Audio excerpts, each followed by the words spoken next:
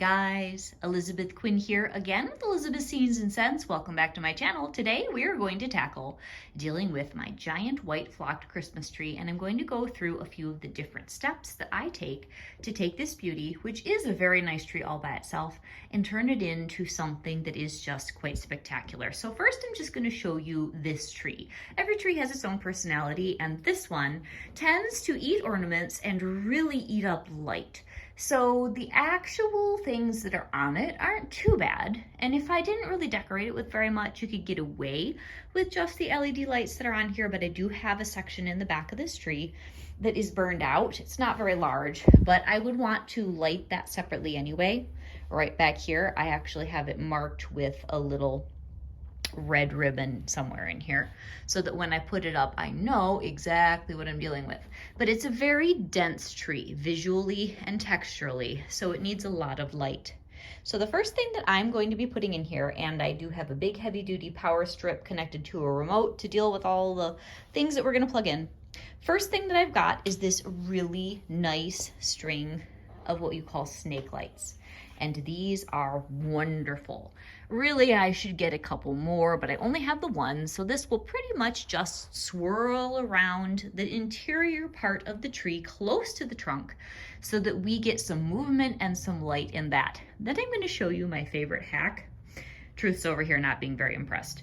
This is kind of a strange cheat, but I have prepared over here a light solution that, I don't know, you could call it a lot of things, but it's creative at best. This is a curtain light that one of my kids decided she didn't want in her room anymore. So what I'm going to do is at the spine of this, and I have them all coiled up in neat little piles so that it doesn't get too crazy when I put it in the tree. I'm going to take this curtain light string, I'm going to fold it in half, and then I'm going to stuff this with the spine down the back of my tree vertically. And then all these little tendrils are going to wrap around it horizontally, and I'm not going to have the problem of the incandescent lights that will blow, and then I'll have sections of this tree that don't light because it really needs a ton of light. And year after year, basically the top, when I would try to run strings of incandescent lights end on end, the top would almost always burn out or part of it would blow, and I'd get so mad. So this, it's a little weird, but it works for me, and it's a fussy way of lighting the tree. It is kind of a hassle, but I never have to worry about it burning out. So that's kind of step one. Now, step two, I have a lot of things. Many of you have asked, where do you store it? Kind of the condition of these bins, if I'm going to be honest, is what you're going to see downstairs, so I never show it to you. It's an overflowing bunch of bins, and all of this is a possibility to go in my tree. I won't use it all, but it's a possibility. As I told you in the other video, having something where you can sort of draw from a library of things is so helpful. Now, the actual oranges that are in the container in the middle, I just piled stuff on top of those for the video. I'm not putting real oranges in the tree. But for instance, these large scale pine cones, those may be going on. We have a tradition. Years ago, my daughter made a nativity with a bunch of stuffed animals, and this was the angel. So we kept the angel llama and we stuff him in the tree every year, and that's just a personal little thing that we do as a family. It's kind of a fun tradition. I might use this star, I might use the Sputnik type thing that my dad and I made last year, I just don't know yet. There are so many different kinds of ornaments to consider. And one of the things that's very important is layering your ornaments. So the first thing after I get the lights on that I'm going to show you is taking large ones, like this guy here. We're going to put a lot of these pretty close to the trunk. That specific tree that I'm working with has a lot of naked space that's close to the trunk, and I want to cover it.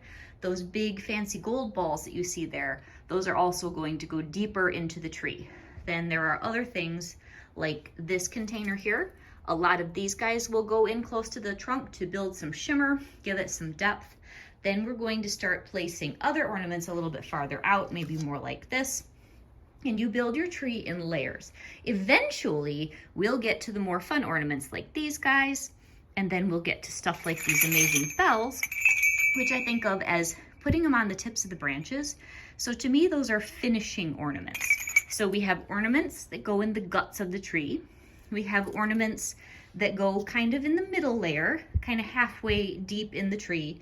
Then you have the finishing ornaments like these beauties. I mean, you'd want to see this, right? So we're gonna put that towards the outside layer of the tree, and then on the tippy tops of the branches, things like this that are both small in scale and good for movement. If you bump against the tree, you're going to hear it tinkle gently, and that beautiful bell ringing quality is something I love. So, is there a lot on this table? Yes, there's a lot on this table. Does it look like I've got way more than I need? Well, from experience, I could probably get every single thing on this table in that tree, and I don't even know if I'm gonna use the little house as a tree topper with sprays around it or what. So there are just, you could even do the same thing with the reindeer. He could go at the top with a bow and a bunch of sprays. I just don't know what I want to do yet, but I've got lots of things here that we can try, and the color palette is Harmonious. Here are my different ribbon options. I am planning on using this, and I hope that it looks good, but you just never know when you get into it if you're gonna like it. And then I may add some brown accent. I may add this mossier ribbon. I've had this ribbon for years. This type, I've used it many times, and I may use that layered with this. You just don't know till you know. Ooh, and then look at this one. This is a metal ribbon that I've had to reshape. I've had this for a long time. That came from my favorite Heavenly Scent. And then eventually you're gonna put on your little character ornaments along with your finishing ornaments, and I have lots of those. Here's something from Bronner's that's a family keepsake. Here's a special bulb from 2021. This is one of my favorites that usually goes toward the top of the tree. I got this from Pier 1 before they stopped having stores that you could go to in person. This beauty is from a really special place that's down the road that's no longer there, that was like an antique mall with really cool stuff. So, and then every year, that tree, because it is pretty low to the ground, I use this tree skirt one side or the other. I love tree collars. You can actually see I've got a tree collar out there. But I'm probably not ever going to be able to get a tree collar into that tree that's in the front room because the branches hang pretty low and it would look like it was suffocating rather than look nice. So the old-fashioned tree skirt is the better option. I'm going to take a pause here, and I'm gonna go put some lights in the tree, and we'll see how it changes from the first step of lighting to the second. We can already see the difference by just adding the one snake light string. And as I said, if I could just find another string of snake lights that was the clear plastic like that, that was the same length, I could probably quit working with that other string that we're gonna do next. But you can see the difference in the quality of the lighting. You can see how much more rich and full it is already. So next, I am going to do the curtain light. Here we are with my curtain light on, and I did leave one coil at the back so that I can show you exactly how I put these on. And again, if you weren't going to decorate this tree heavily with all of the picks and all of the ribbon, this might not be the best solution because you would see all these little tiny wires, but by the time I'm done, you're not even gonna see it. And it gives me the flexibility to direct light onto whatever branch I want, even after I have it fully decorated, because I can pull out some of this kind of string, especially if it's near the end, because they're long, thin sections that have a lot of ends. I can pull light out and rewrap a branch if I need to. And so it's just really customizable. So, and then here's, the snake light. Oops, where'd it go? There's the snake light. And again, that will be all covered. You won't see that pole because we're gonna put the big ornaments in there and all that. So here is one of my coils. And down the back of the tree, and again, if you didn't have a tree where you could hide the back and some of the engineering or lack thereof, this may not be the solution for you, but for me it works great. Anyway, back to this. We've got this whole light string here, and I'm just going to uncoil this, which is going to be hard to do with one hand. And then I will, in essence, be wrapping this around a section. So I'll take this and I'll wrap it and work it into the tree. Here, this section will probably be the right side all the way up to the top. But because you've got all this string to work with, you can just kind of step back and tuck it in wherever you want it, wherever there are dark spots.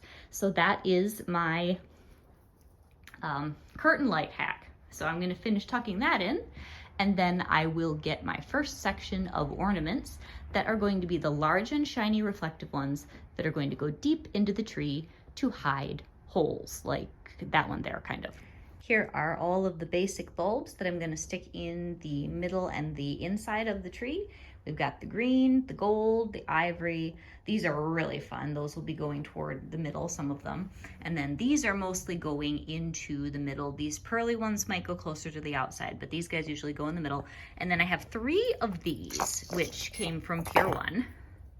They're on the larger side. I wish I had 5 or 6. I've got one wired in here already, and then one up there. I try to use these to fill the largest holes, and they also need a really good supporting branch and super heavy wire. So the last thing I wanted to tell you before I get these in, and I cannot find my good loppers and I cannot find my good wire. They're in one of my baskets somewhere, but here are some substitutes. You definitely want floral wire. Let's put this where you can really see it. This is a little bit too heavy of a gauge. A little bit thinner gauge wire is perfect. You whack it up with a pair of good wire cutters, which these aren't, but they'll have to do in a pinch. And you get the really heavy duty wire cutters that also trim the stems on the picks from somewhere like Michael's. And then you have your assortment of ribbon cutting scissors and things. And all of these are going to start filling in the holes in this. So I'll be back in a little bit. Here we have the tree with all of the base ornaments in. All of my larger balls, medium size and small, they've been tucked into the tree.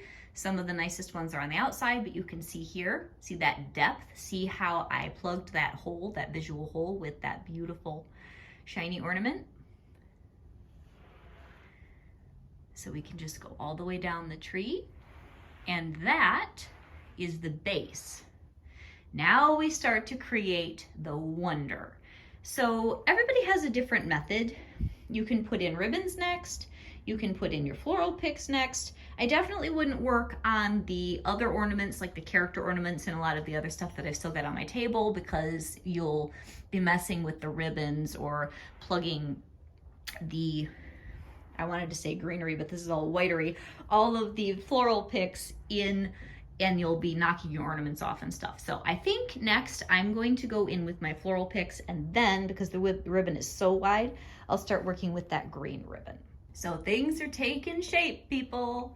This is most of the picks. I've reserved a few for kind of finishing things up. Now I have to decide what kind of ribbon, if any, do I want, and then go in with the ornaments that are more personalized. I definitely want to keep a pretty tight green and white color palette this time with a little bit of gold.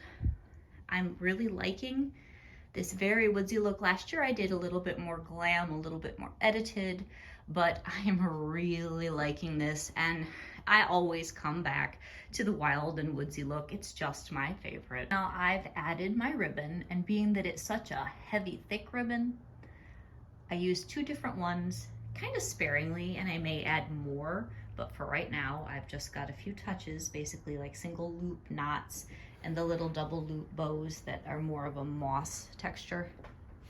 And I've got things all over the tree. So now we're going to go and add all of the ornaments that really bring this to life and will make it more personal. Okay guys, here it is. This is the next morning with everything on the tree. And I did have to do a bit of tweaking to get just exactly everything where I wanted it, but I've added bells and lots of things that were in the green and white department. I had some trouble figuring out exactly how I wanted to do the top. This is my oldest star, which is a big heavy acrylic snowflake. It's a little bit difficult to get in the tree. My husband even sent me a text last night and said, "This doesn't look like your work. What are you doing here?" And I said, "I need to put a dowel in there," and it helped some, but it's still really a challenge. But all of the things, here's a baby ornament of mine. Here's an ornament my younger daughter picked out last year. The little baby boots up there are my oldest daughter's first Christmas memory. And I had to move a lot of the green ribbons around too because they are so dark and heavy. And here's one of my favorite moments. Do you see the little owl peeking through the tree to say hello? So this is how I finish my Christmas tree. And I hope that this was an inspiring video. I am happy with it. Of course, I had my meltdown moment where I wasn't sure last night if I liked it. But I believe that everything has turned out beautifully. So this is Elizabeth Quinn with Elizabeth Scenes and Scents, hoping that this was helpful and an inspiration to you. And I say Merry Christmas, and I really would love to see and hear about your trees on Instagram after I have posted this video on YouTube. Have a good day, guys. Bye-bye.